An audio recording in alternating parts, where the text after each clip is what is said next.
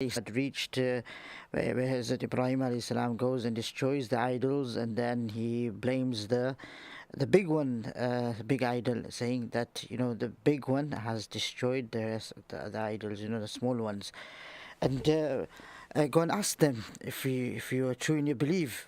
Ibrahim alayhi salam asked this question to the people. If you're true in your belief, go and ask them. Why are you standing here? For go and ask them and find out if they really, if the big one actually attacked the small young ones, because and they were not able to even save themselves. So Ibrahim just wanted to prove himself, prove it to them that these idols are nothing. They can't talk. They can't save themselves. They can't protect themselves. There's no protection against destruction. So this is what happened after that. Ibrahim alayhi salam was taken to the king called Namrud. So let us see what further on Allah subhanahu wa ta'ala mentions in the Quran. أعوذ بالله من الشيطان الرجيم بسم الله الرحمن الرحيم ألم تر إلى الذي حاج في رب إبراهيم في ربه أن آتاه الله الملك إذ قال إبراهيم ربي الذي يحيي ويميت قال أنا أحيي وأميت قال إبراهيم فإن الله يأتي بالشمس من المشرق فأت بها من المغرب فبهت الذي كفر والله لا يهدي القوم الظالمين. Have you not considered the one who had an argument with Ibrahim about his Lord, because Allah had given him kingdom? When Ibrahim said, "My Lord is he who gives life and causes death," he replied, "I give life and cause death." Ibrahim said, "Surely Allah brings the sun from the east, so you bring it from the west." Thereupon he who disbelieved was confounded, meaning he was dumbfounded, he couldn't answer to this. And Allah guides not the evil doing people. In this world, Allah subhanahu wa ta'ala mentions the debate between his Khalil and the tyrant king who claimed for himself divine powers. So Sayyidina Ibrahim alayhi salam turned on him his own arguments and brought to light his deep ignorance and lack of intelligence and worthlessness of his arguments. So the scholars mention that he was the king of Babylon. Babylon. His name was Nimrud bin Qawan bin Khos bin Sam bin Nuh, and there are other suggestions as well. So as for Nimrud, when Sayyidina Ibrahim invited him to worship Allah without associating partners with him, he argued with him until Sayyidina Ibrahim told him that only Allah is the one who gives life and causes death. According to Qatada, Suddi and Muhammad bin Ishaq, he summoned two men who had been sentenced to death. He commanded that one of them should be killed, and he forgave the other. But this was not the argument advanced by Sayyidina Ibrahim alayhi salam. He was speaking in a comprehensive manner of the creation of the universe and life from nothingness, and death and extinction. That was what he had meant, saying, "My Lord gives life and causes death." So when Namrud claimed to be able to do that, Sayyidina Ibrahim alayhi salam pointed out to him that Allah brings the sun from the east. So let us see if you can bring it from the west. The sun is set on daily course and moves on schedule just as its creator has appointed for it. He, the creator, is the one besides whom there is no God, who is the creator of all things. So if you think you can, give life and cause death, then let us see if you can alter the direction of the sun. His argument was that he who gives life and causes death can do what he wishes. He is not hindered by anyone, and he is not overcome either. So if you think that you're able to do it, go ahead, do it. But if you cannot, then do it, then you're not what you think, you're nothing. Namrud was confounding, meaning he was not able to reply to this, because he knew he can't do it. According to Surah, this argument took place on the day Sayyid Ibrahim salam came out of the fire. It was reported by Zayd bin Aslam that Namrud had food supplies in his control, and Ibrahim was not the one of those who waited for it. Because of the argument, Namrud did not provide Ibrahim salam with any food while he gave it to others. Since he was empty-handed, he filled it with 2 bags with sand near his home. He said to himself that it would keep his family occupied. At home, he placed that sack on a side and rested himself, but sleep overtook him. His wife Seerah opened the bags and found them full of delicious food. Subhanallah. So we understand from here that Ibrahim alayhi salam took sand, not food, but Allah provided them. She prepared the food, and when he woke up, he asked her where she got it from. She reminded him that he had brought 2 bags filled with it. He understood it was the provision of Allah that he had provided. Zayd bin Aslam has also said that Allah sent to this oppressor king an angel who commanded him to believe, but he refused to believe. He invited him a second time and third time, but he refused again. So the angel said to him, you call your crowds and I will call mine. Namrud collected his forces, his armies at that time of sunrise. Allah sent to him armies of mosquitoes, so many that the sun was eclipsed by the numbers. They overpowered Namrud and his forces, eating their flesh and sucking their blood. All that remained of them was bony skeletons. One of them got into the nostril of the king and stayed there for 400 years. Allah punished him in this manner. All this time he used to strike his head with a hammer until Allah caused him to die. So from this we understand that Allah subhanahu wa ta'ala doesn't need a huge, strong army. Allah subhanahu wa ta'ala can just use small insects and flies and can destroy his enemies in just one go. Allah the Exalted said, فَآمَنَ لَهُ لُوطٌ وقال إني مهاجر إلى ربي إنه هو العزيز الحكيم ووهبنا له إسحاق ويعقوب وجعلنا في ذريته النبوة والكتاب وآتيناه أجره في الدنيا وإنه في الآخرة لمن الصالحين. Lut believed in him, Ibrahim alayhi salam, and Ibrahim alayhi salam said, surely I will flee to my Lord, surely he is the mighty, the wise. And we granted him Ishaq and Yaqub, and we assigned a prophethood and a book amongst his progeny, and we gave him his reward in this world, and surely in the hereafter he shall be among the righteous.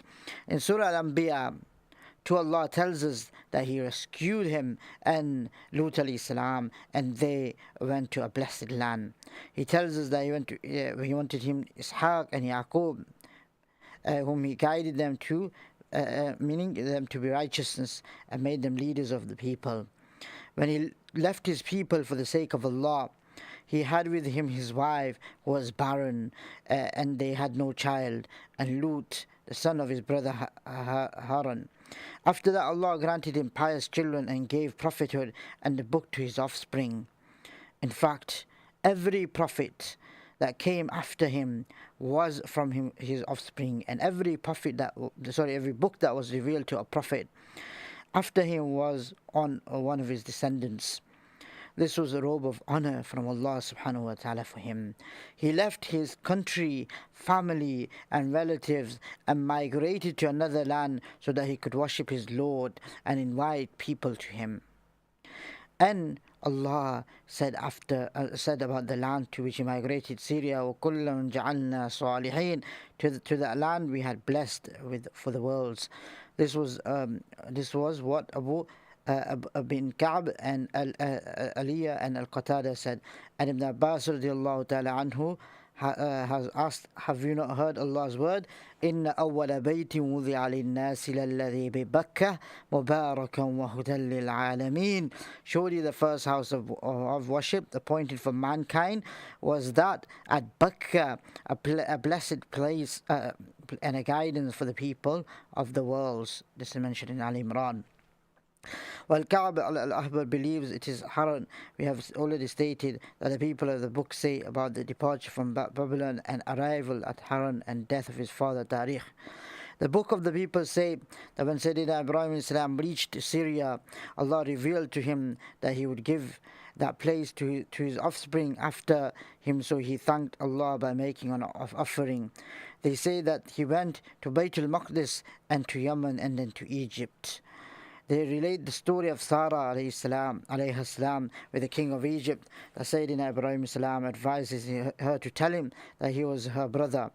They also mention about the king offering her Hajra.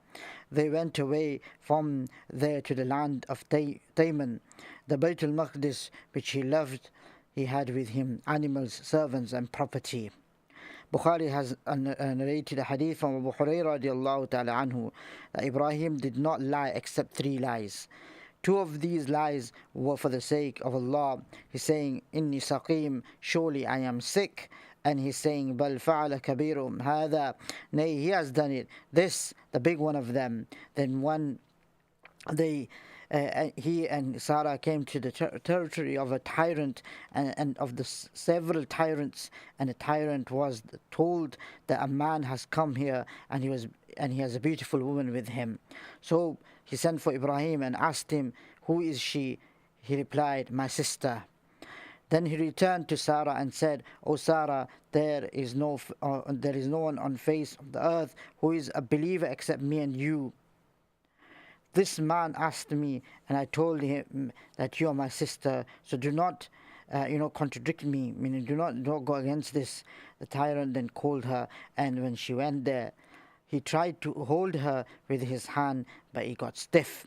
He pleaded for her to pray to Allah, for him, and he would not harm her if she prayed.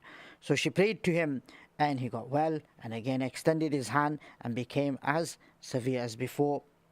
Again he said to her, please pray for me, I will not harm you. So she prayed, and he was well, and he summoned some of the guards and said, you have not brought me a human being, but a devil, meaning shaitan. Then he gave her a maidservant Hajra. She returned and found Ibrahim alayhi salam praying, and he asked for justice of the hand, what had happened. Through the justice he asked her what had happened. She said, Allah has foiled the evil designs of the infidel or the immoral man, and he gave me Hajra for your service.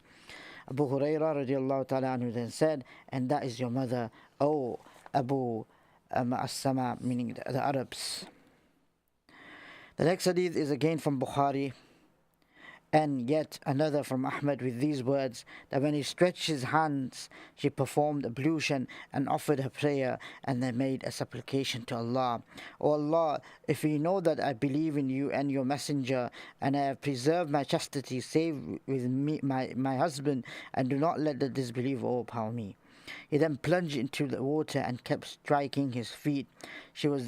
She then pleaded with Allah, O Allah, if he dies, he will be presumed and I have killed him. So Allah set him free. But he again displayed his evil designs, and she prayed as before, and the same thing happened to him until he was released. The third or the fourth time, he said, you have not brought me, meaning you have not brought me, but a devil. Go to Ibrahim and return her to him. She came back to Ibrahim and said to him, do you know that Allah has foiled the mischief of the disbeliever and given us a girl to serve us? As for this, for the saying of Ibrahim alayhi salam, she is my sister, it means on the basis of religion of Allah, and he's saying that there is no one on the face of earth who is a believer except me and you. He means a believing pair of husband and wife, and a wife apart from me and you, for they had with them Lut alayhi salam, who was a prophet. And when she returned to him, he asked her in gesture, what's the news? She answered, surely Allah caused the disbelievers' plan to fizzle out, In another version, in Imran man's plan, and he was the king. So let us inshallah ta'ala now move on to the birth of Hazrat Ismail alayhi salam and Hajra, inshallah ta'ala, as we go along during the days of Hajj. Hope this whatever has been said today, the story of Hazrat Ibrahim has been benefit to the listeners and full of knowledge, inshallah. And Jazakallah so much for tuning in today's program. We hope to continue with the story of Hazrat Ismail Ibrahim inshallah ta'ala, in the next program. Jazakallah for listening. This is Molana Huzaifah signing out. Assalamu alaikum wa rahmatullahi wa barakatuh.